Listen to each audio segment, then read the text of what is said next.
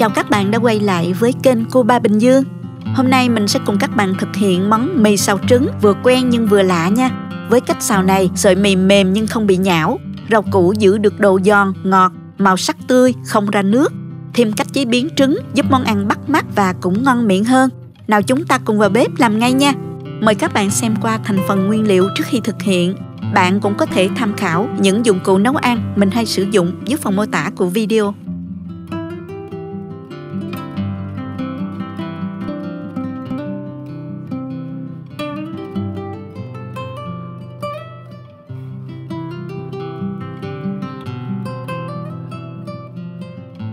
Đầu tiên mình sơ chế nguyên liệu thơm cũng như là rau củ để mình xào chung với mì ha.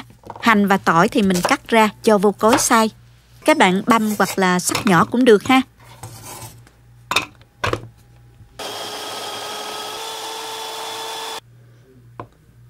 Hành lá thì mình cắt khúc ra như vậy.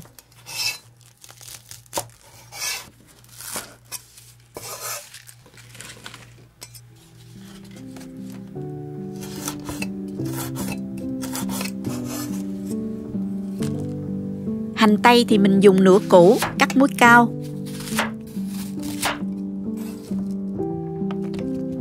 Mình có thêm ớt ngọt, cắt bỏ hạt và mình cắt dọc ra như thế này.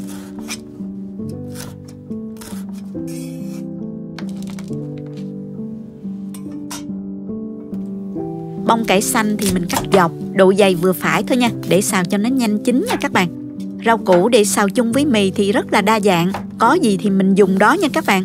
Tất cả liều lượng chính xác các bạn xem ở đầu video và dưới phần mô tả của video này nha.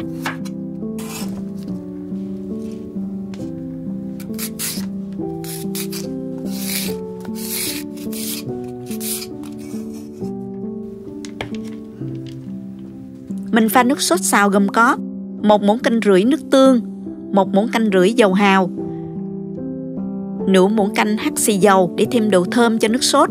Nếu không có hắc xì dầu thì các bạn bỏ qua cũng được ha.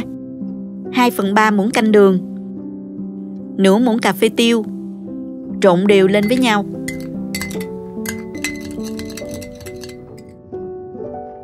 Hôm nay thì mình xào mì với trứng. Mình cho trứng vào đây. Mình dùng 4 cái trứng gà. Bạn nào thích ăn trứng nhiều hơn thì mình có thể thêm từ 1 đến 2 cái trứng nữa ha. Đánh cho trứng tan đều ra. Mình pha 1 muỗng cà phê bột chiên giòn với 2 muỗng canh nước, khuấy tan. Rồi mình cho vô chung với trứng để trứng được dai hơn đó. Tiếp theo thì mình dùng một cái chảo chống dính có đáy phẳng. Cho vô một chút xíu dầu vừa đủ để tráng sơ phần đáy chảo.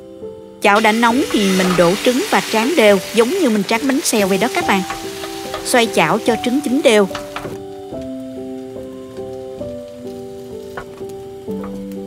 Mặt trứng khô là đã chín rồi.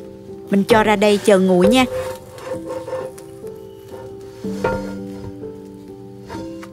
Các bạn tráng thêm một cái nữa giống như vậy luôn ha.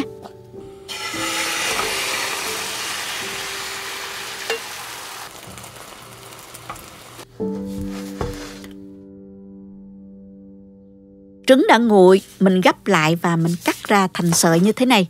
Độ dày khoảng 1 cm. Rồi mình gỡ bung nó ra để chút trộn cho dễ nha các bạn. Mình dùng cái chảo này để xào rau củ luôn nha các bạn. Cho vào chảo 1 muỗng canh dầu. Cho vô nửa muỗng canh hành tỏi băm, phi thơm.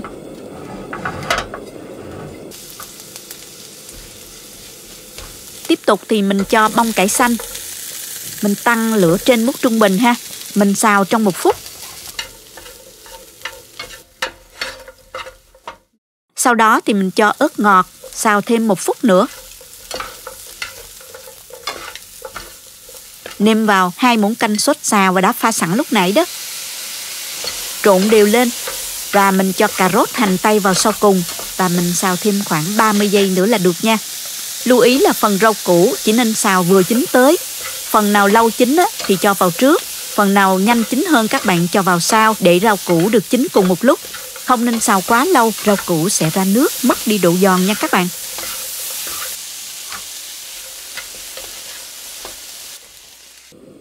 Tiếp tục thì mình trụng mì.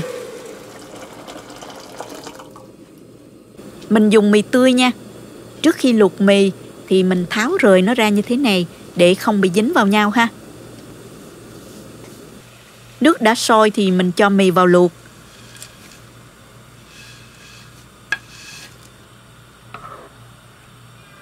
Khi nước vừa sôi lại thì mình vớt ra liền.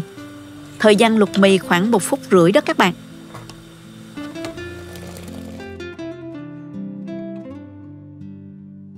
Cho vào nước lạnh để mì săn lại. Sau đó vớt ra rổ cho ráo nước.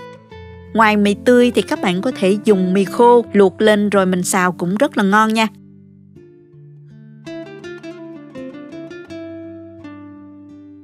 Bước cuối là xào mì nữa là xong nè.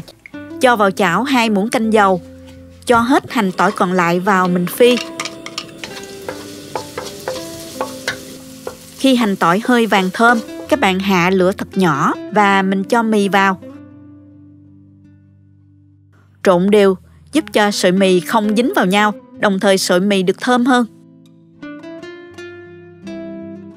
Các bạn tăng lửa lên chút xíu và mình xào cho sợi mì nó săn lại. Mình xào trong 4 phút.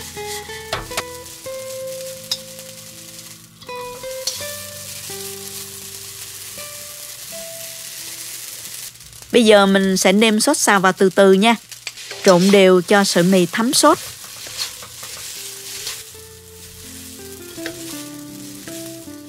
Nước sốt còn lại các bạn nêm vào từ từ cho đến hết luôn ha.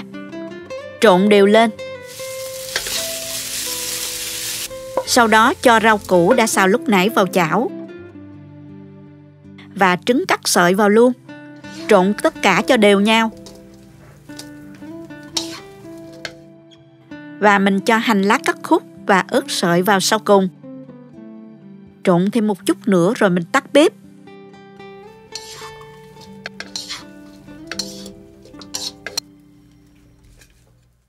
Rắc tiêu cho thơm nữa nè. Mình đã hoàn thành xong món mì xào trứng đơn giản nhưng rất ngon. Với cách xào này, sợi mì mềm nhưng không bị nhão, rau củ không bị ra nước, vẫn giữ được độ giòn, độ ngọt cũng như màu sắc vốn có của rau củ.